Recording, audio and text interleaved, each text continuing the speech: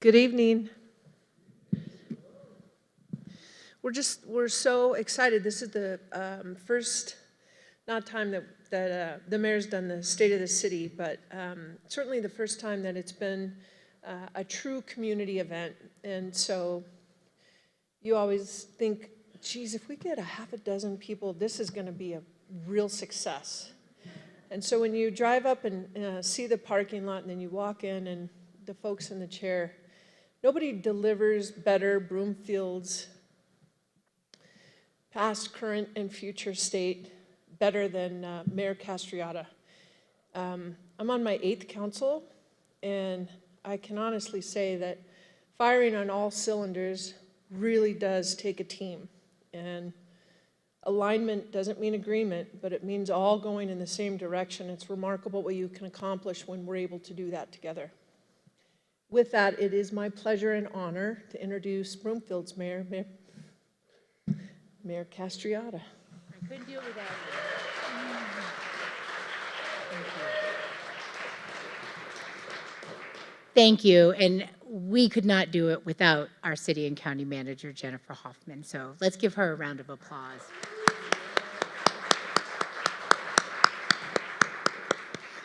Well, thank y'all for coming. It's actually Mardi Gras in my hometown of New Orleans. I know, I didn't wear any beads, but I am Mayor Guyleen Castroitta, and thank you all so much for coming.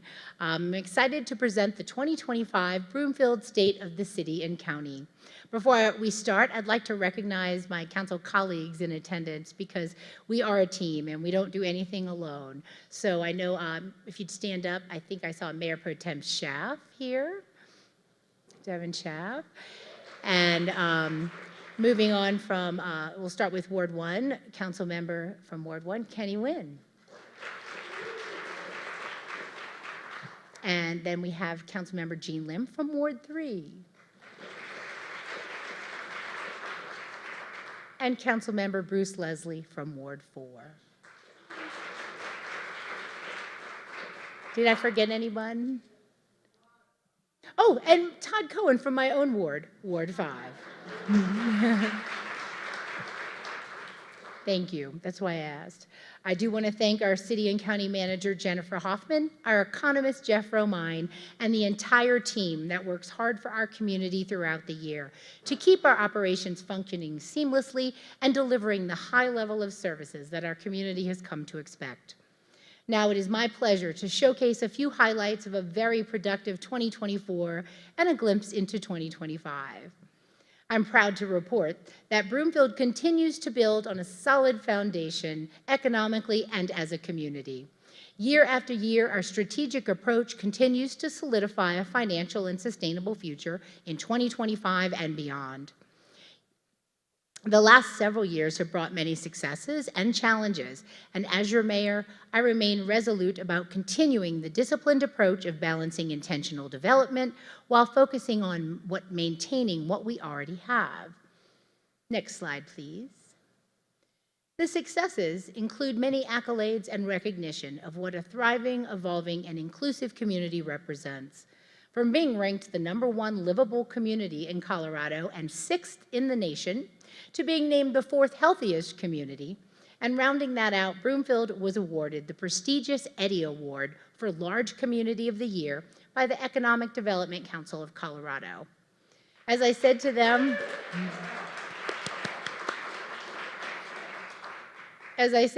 in accepting this award, Broomfield has been challenged to redefine the future community and how to incorporate changing values, sustainable practices, financial restraints, and evolving technology. We say challenge accepted. These challenges drive us to refine our approach, mindset, and processes consistently. One thing we can all agree on is that change is constant. What sets Broomfield apart is how we approach the ever-changing environment together in partnership with our businesses, our nonprofits, and our neighboring communities. We are stronger. Next slide, please. A lot of stats here, but Broomfield's population growth does remain steady, just over 1% annually. As we approach 78,000 people, the community has galvanized from a once bedroom community to a powerhouse player in the science and technology sectors. we have set in motion a structure that prioritizes asset management and practices intentional and thoughtful growth. Part of the intentional growth includes incorporating data-driven decisions into our demographics. Over the past decade, the senior population in Broomfield has been growing faster than all other age groups. Demographic projections indicate that the 65-plus community will continue to grow significantly in the coming decades. In fact, the number of residents in the 65-plus group is expected to double by 2040, a trend that many local planners are already factoring into their infrastructure and service plans. Our 18-plus population creates a dynamic workforce of more than 43,000, with the 2030 projection for that labor force being 49,500. While our community median household yearly income is just under 117,500, we remain cognizant that some of our neighbors struggle with increasing costs across the board, including housing expenses. With the average home value in Broomfield nearly $600,000, this makes residential development decisions critical as we continue to incorporate plans for additional income-aligned housing. Next slide, please. I'm inspired every day by how deeply Broomfield values connection and inclusivity, and it's those qualities that set the foundation for a thriving community and drives our priorities. Together, we have created an environment where people can live and work, but also genuinely engage with one another, whether that's through our beautiful parks and open spaces, a strong educational system, or a vibrant economy. What's particularly exciting for me is how Broomfield is constantly evolving. It's about maintaining what's been built and looking ahead, adapting to new challenges, and finding ways to ensure success becomes accessible to all. Prioritizing that forward-thinking mindset is crucial for keeping the community resilient and dynamic, especially as things grow and change. As we roll out the 2025 community survey, we will again affirm the 5 established community goals. And I'd like to highlight a few of those goals by showing you what's been happening in our community. Next slide, please. During the last survey, 50% of our respondents agreed that the community goal of fiscal sustainability and resilience is the top priority. In 2024, Broomfield successfully diversified its tax base and revenue streams by supporting businesses and initiatives that drove sales and use tax revenue growth at a pace surpassing the city's residential development. That's a key performance indicator. This diversification helps strengthen the programs and services the city and county provides to our residents. In fact, in the past year, we've experienced increased interest in our community for new and expanding areas such as Sierra Space, Synaptic, Peak Energy, and new restaurants like LaBelle's and the soon-to-open Cherry Cricket. Through the fostering of business growth and attracting new and relocating firms, we've successfully achieved our target jobs-to-household goal of 1.3 jobs per household. All 3 of our previously discussed catalytic developments, which is Baseline at I-25 and Highway 7, Flatirons Mall, the Marketplace, and Broomfield Town Square, they all have site development plans, which we've approved, which is the first step to laying the groundwork for the subsequent construction phases. Over the past 15 years, our community has worked in partnership to become home of the Baseline's Butterfly Pavilion STEM School project. This project was estimated to cost between $80 million to $100 million just for the Butterfly Pavilion building alone. $12.5 million of that was intended to come directly from Broomfield. The Butterfly Pavilion, Baseline developer, and the school district did work hard to make the project viable, but still, despite their efforts, funding constraints, leadership transitions, and the timing made it increasingly difficult and finally impossible to succeed. While the formal announcement was very disappointing to our community, it's not unexpected, given these reported ongoing challenges. While this is not the outcome any of us envisioned at the start, it does provide us with the ability to ensure that future investments align with the needs of the community. McWhinney, the developer of Baseline, they continue to focus on engineering and building plans for Baseline's Center Street district. The developer plans to begin construction for this highly anticipated mixed-use development beginning in 2026. Moving ahead, Construction on a mixed-use building will begin late this year at Flatiron Crossing's new hi-fi neighborhood, which includes a cool and vibrant community gathering space with great eateries, music, places to play, and green space.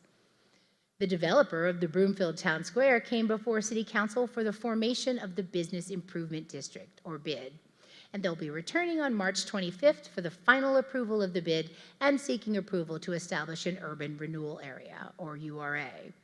These two requested steps allow the developer to move forward to attract and secure the funding they need to proceed.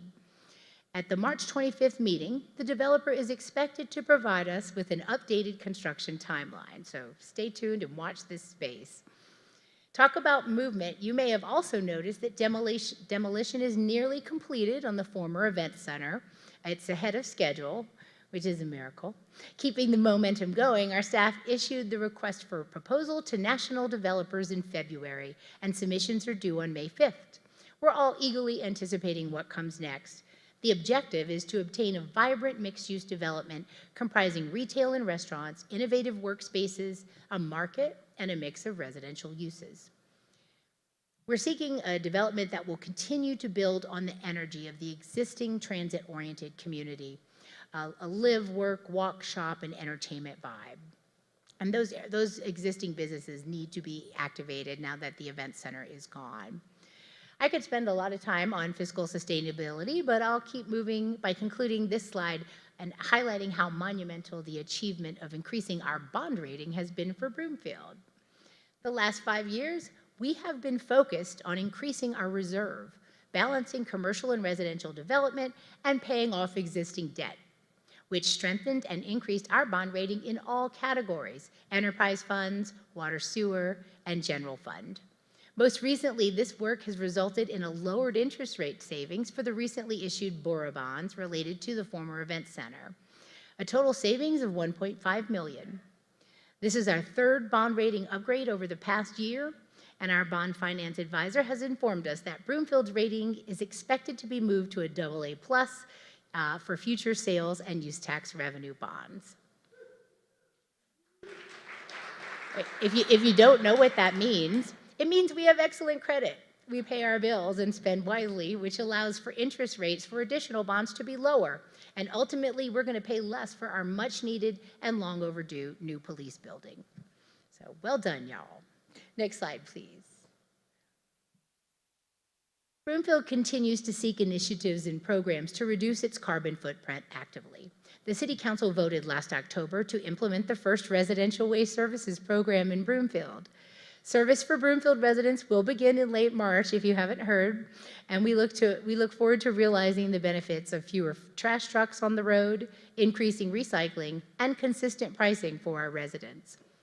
Broomfield continues to see success with its residential solar co-op, which enabled households to access rooftop solar installations at negotiated group rates and home energy assessments to help residents lower their energy bills. We have multiple sustainable water utility operations now in place. The City Council approved a new landscape ordinance which went into effect January 1st. This is one of the strongest in the state and will promote more native and water-wise landscaping in new developments throughout Broomfield. Broomfield's water conservation programs save more than 6 million gallons annually. One homeowners association participated in the large property turf replacement rebate program by converting 98,000 square feet of water-intensive turf grass into water-wise landscaping.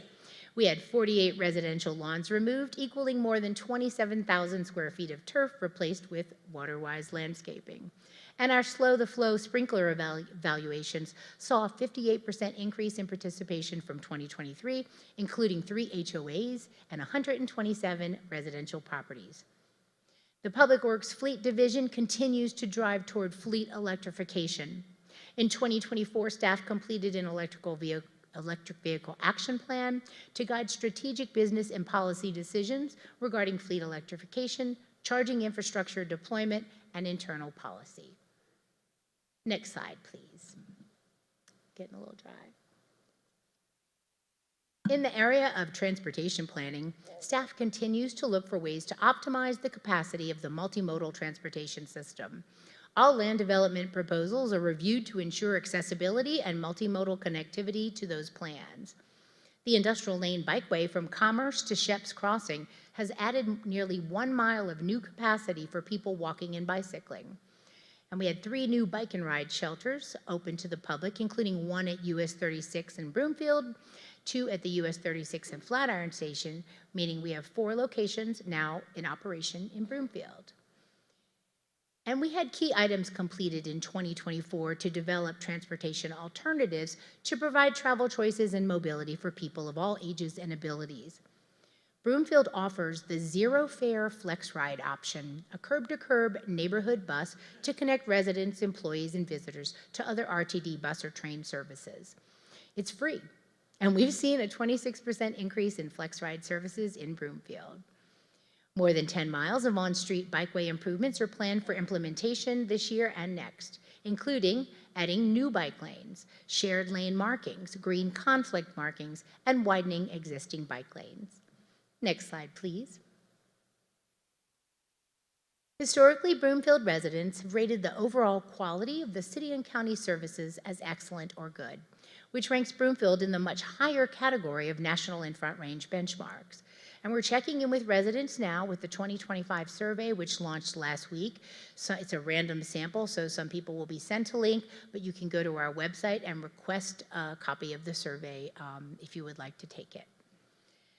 There are several areas in which we consistently strive to make our community thriving, diverse, and safe. Assisting those in our community who are challenged by rising costs is part of what makes Broomfield Broomfield. In 2024, over 1,300 households were supported by CCOB housing programs.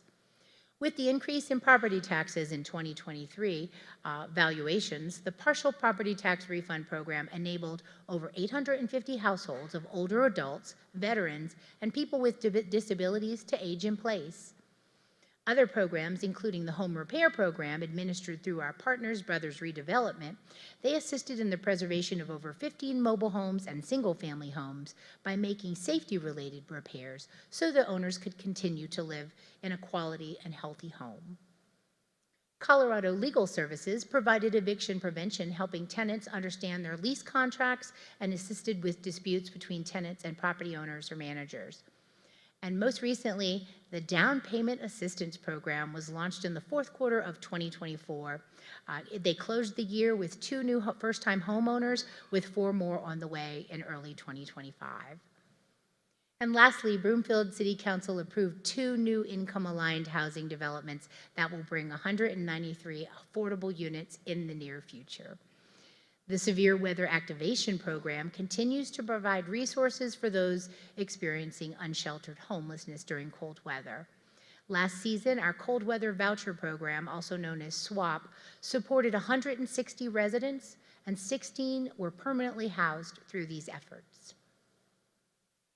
And there were many opportunities to attain and maintain a state of mental well-being in Broomfield last year.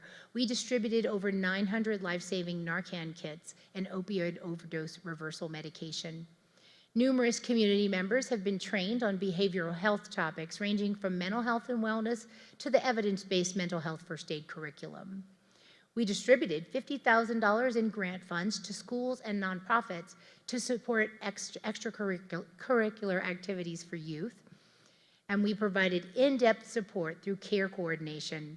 In 2024, the Municipal Court Navigator assisted just over 16 clients, and the mental health advocate at Broomfield High School had over 200 individual contacts with students in the first half of 2024. Expanding outreach and engagement. Everyone's favorite, the Broomfield 100. This event encourages our residents to enjoy Broomfield's extensive trail system, which boasts over 700 miles of trails. We have more miles of trails than miles of streets in Broomfield, and being outside is proven to improve physical and mental health. We strive to create opportunities for diverse engagement of underrepresented communities, which was accomplished through several programs in 2024. The Broomfield Out Loud program captured personal stories from residents of what it means to be a Broomfielder. These stories were paired with artists who brought them to life through performances and exhibits. Our Broomfield Teen Council engaged with youth from the Arapaho tribe in Oklahoma with a primary focus on relationship building. This led to an invitation to return to Oklahoma in 2025 to strengthen these valuable connections.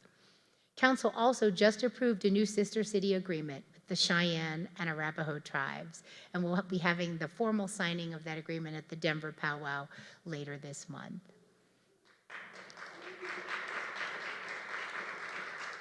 That was a long time coming. The Broomfield Public Health and Environment launched the first cohort of the Health Ambassador Program.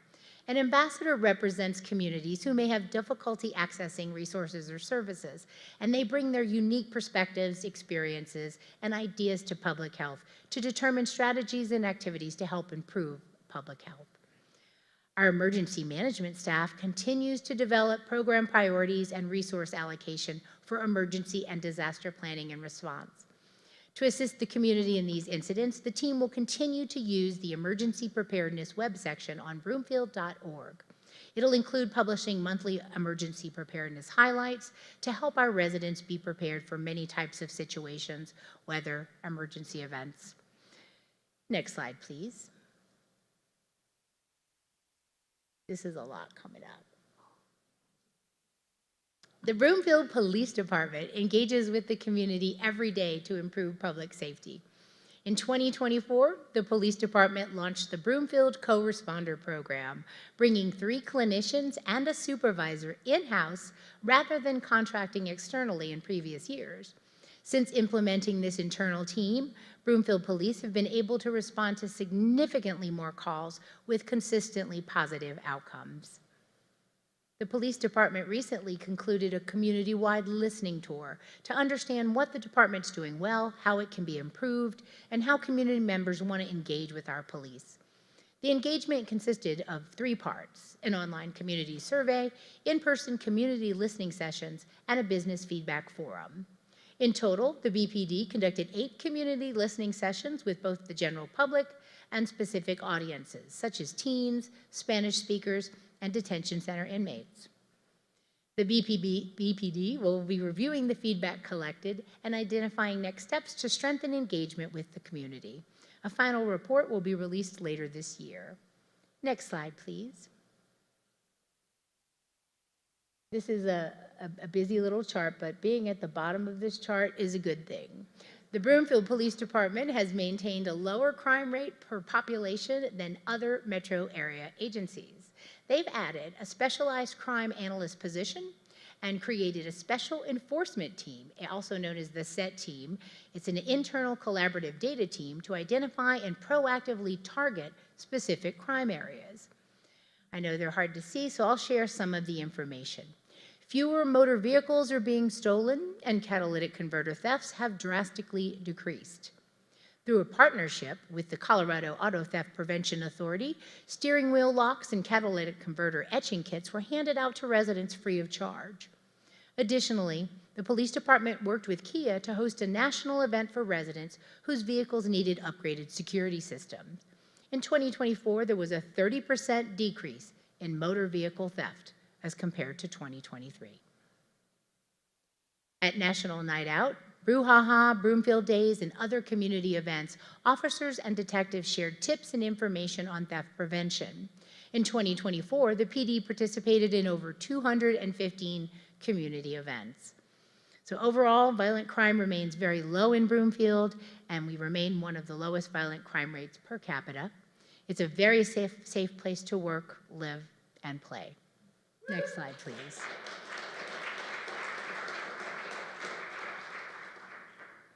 Many indicators can demonstrate the health of an organization, and we strive to surpass them. Being a local government, we're here to serve the community, and service comes from our employees, our greatest asset. The city and county's turnover rate for 2024 has further decreased an additional 4% over the last 2 years, and we're fortunate to have exceptional leaders throughout our organization who prioritize employee health and wellness and happiness. In addition to one of the best benefit packages in local government, Broomfield is committed to fostering a dynamic workplace by implementing a robust employee engagement survey program. Our recent employee engagement survey saw a record high participation of 80%, well above the typical 60 to 70 average, and it resulted in an impressive 4 out of 5 satisfaction rating. In addition to a competitive compensation philosophy, the City and County Manager's Office began multiple new employee engagement opportunities last year. A monthly round bag luncheon allows employees to sit and talk directly with the City and County Manager and her team. Events to celebrate employees were expanded during Employee Appreciation Month and throughout the year. And Broomfield facility tours allow employees to visit other departments and facilities to learn more about the overall operations and create connections with employees outside of their direct work areas. Guiding this work isn't just by our leadership, it's all of our employees. The Employees Review Committee is a group of folks whose fellow employees elected them to be their representatives, and it ensures that the opinions and viewpoints of employees are fully considered concerning policies and benefit programs. Broomfield also makes sure its employees have the opportunity for personal and professional growth through training programs that it provides. Our employees can access nearly 4,400 on-demand videos and in-person training via our learning management system. During 2024, the employees received over 6,500 hours of additional training. Next slide, please. As we look ahead to the future, we remain steadfast in our commitment to building a resilient and thriving community. In times of challenge, our dedication to financial sustainability, disciplined decision-making, and unyielding tenacity will guide us forward. The City and County of Broomfield will continue to uphold these values with intentional focus and care. Through our collective efforts, we are poised to create an enduring and flexible future, always focused on the well-being of our community. The journey ahead is one of collaboration, innovation, and unwavering commitment. I would be remiss not to mention the looming $1.3 billion state deficit, with additional potential impacts at the federal level. Our staff diligently monitors state and federal programs that could affect City and County of Broomfield.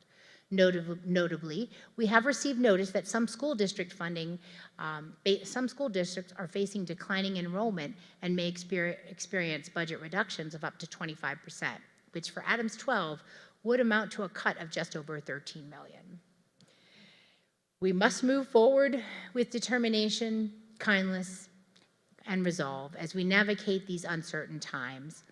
Broomfield has weathered many storms, and while the current challenges are significant, our strength lies in our ability to adapt, support one another, and find solutions together. By staying engaged and committed to our shared future, we will continue to build a thriving community for all. Thank you all very much for coming out tonight. I appreciate you all.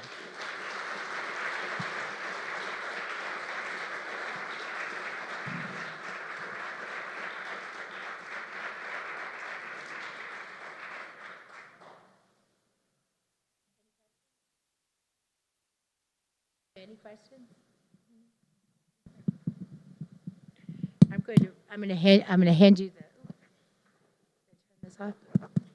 Can you turn it on? Oh, thank you. Is that on? Not yet. I know how to do this. They'll turn it on for you. Okay. Already, it is on. Come back and shake my hand. Oh, tell me your name. I'm in charge. Oh, yes. That's sweet. Oh, you didn't want to ask a question? I hit my nose. Okay. Okay, go ahead. No. Anyway, I love this auditorium. I've done events here many times. In 2008, I was an elected delegate. I ran the Democratic Convention events for the state. I did 2 inauguration parties, one in Washington, D.C., and one here for Obama.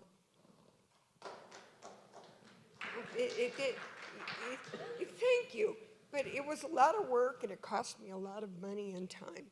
But I don't care about that. I care right now that there's an idiot doing some sort of event that we're not listening to right now. And I'm much happier to be listening to you. Well, thank you. Did you have a question? My question is, why is my water double? And it's saying 5,000 versus 4,000 gallons from last year, which is not correct.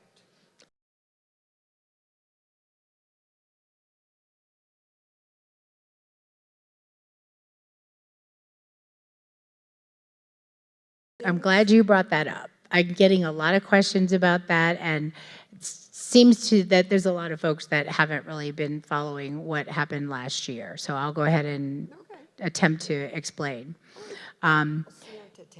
This year, you'll notice that the base rate on your water bill has gone up, typically about $40 a month.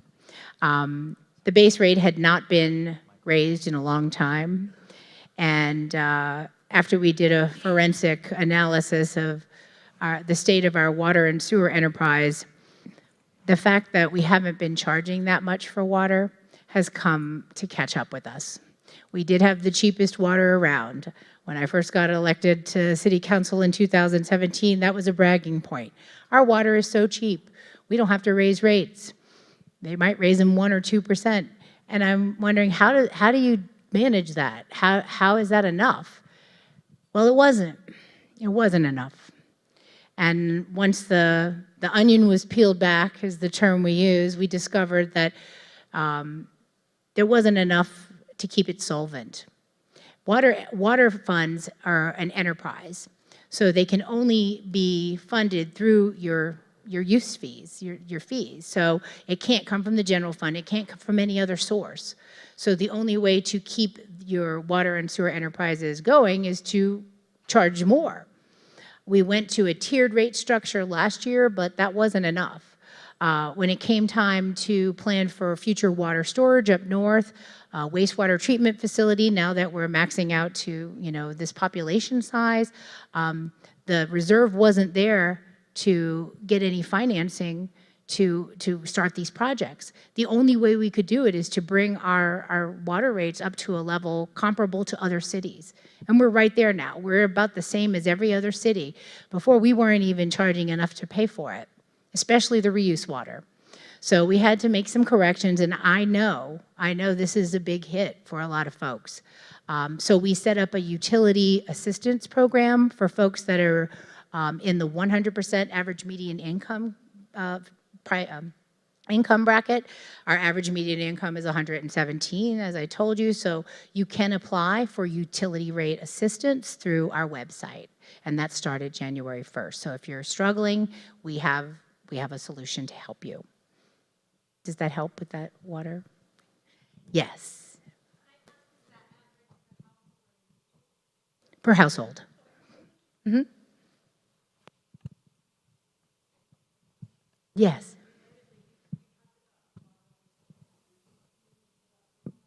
Sure. The question was about water-wise sprinklers. You can contact our staff, and they'll do an evaluation of your sprinkler system and give you recommendations. It's a free service. Mm-hmm. Oh, no. Did you have another question? There's no one in line. The Butterfly Pavilion. The vision, the Science City. I was there when we, first approved it. And the vision was to have this big, beautiful STEM school up by the baseline development attached to the Butterfly Pavilion and have, co-organic type blending. But the baseline project, like many developments, has kind of gone a lot slower than we anticipated, and it's not through anything we can control, it's the market. Interest rates were high, construction inflation is high, the bond market was volatile. So financing a lot of these big projects is taking a while. It's so many of our projects kind of stalled. And that time, as they say, kills deals. The price goes up. With the building originally being estimated to cost $80 to $100 million, 7 years ago. It's probably double now. And so it was upon the Butterfly Pavilion to raise the capital to fund this, and they just weren't able to do it. We committed $12.5 million, but we're not committed to that now that they're not coming to Broomfield. So we're not on the hook for that money. But the STEM school also got kind of pushed because we don't control the school districts and the pace of how fast they want to bond for a new school, and with declining enrollment, that location was no longer a priority. So it was a combination of factors that kind of, they're not even going to move. They're going to stay where they are and try to make a go of it. They're not moving anywhere else. So that's kind of what happened.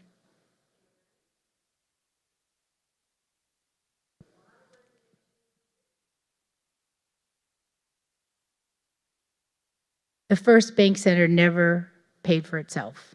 I hate to tell you. Well, you should have signed up because well,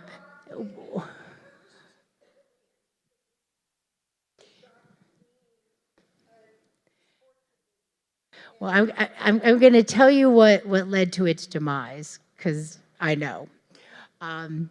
When the first bank center was first presented, the developers demanded that the city and county of Broomfield give a moral obligation, a good faith guarantee to cover any losses. It was supposed to book 150 shows a year. The best year it ever had was 2016 with 33 shows. I'm just saying, its whole lifespan, it's never paid for itself. So guess who had to pay for it? The taxpayers, because of that moral obligation. And we couldn't, in good faith, continue to ask the taxpayers to pay for a building that's not even paying for itself. We tried everything to save it. What about Flatiron? Well, those aren't ours. We own the first bank center. That's the difference. So we're going to redevelop it into something even better that's going to generate more revenue and activate that area. It was heartbreaking to me too. Nobody wanted it to fail, but it just didn't make it. And the taxpayers shouldn't be on the hook for it. Our city and county manager.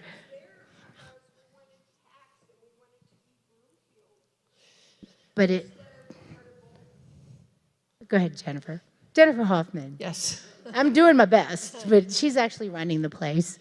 Yeah, so let me start by saying staff is standing in the back listening to our mayor.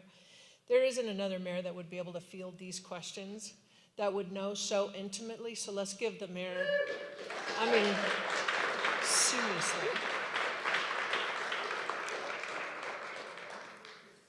Yes, we all approve over 100%, and we would be happy to have additional conversations with you outside our well, You did. You know what? We love Wrinkles. Wrinkles is us. So we are. Well, I hope I more helped than answer happy some of your to, questions. Thank you. To finish, thank you. And Mayor, we're wrapping Okay. the tape because we're streaming and recording. Oh, hi. And we're grateful for all of you. All right. Well, thank you everyone so much, and happy Mardi Gras.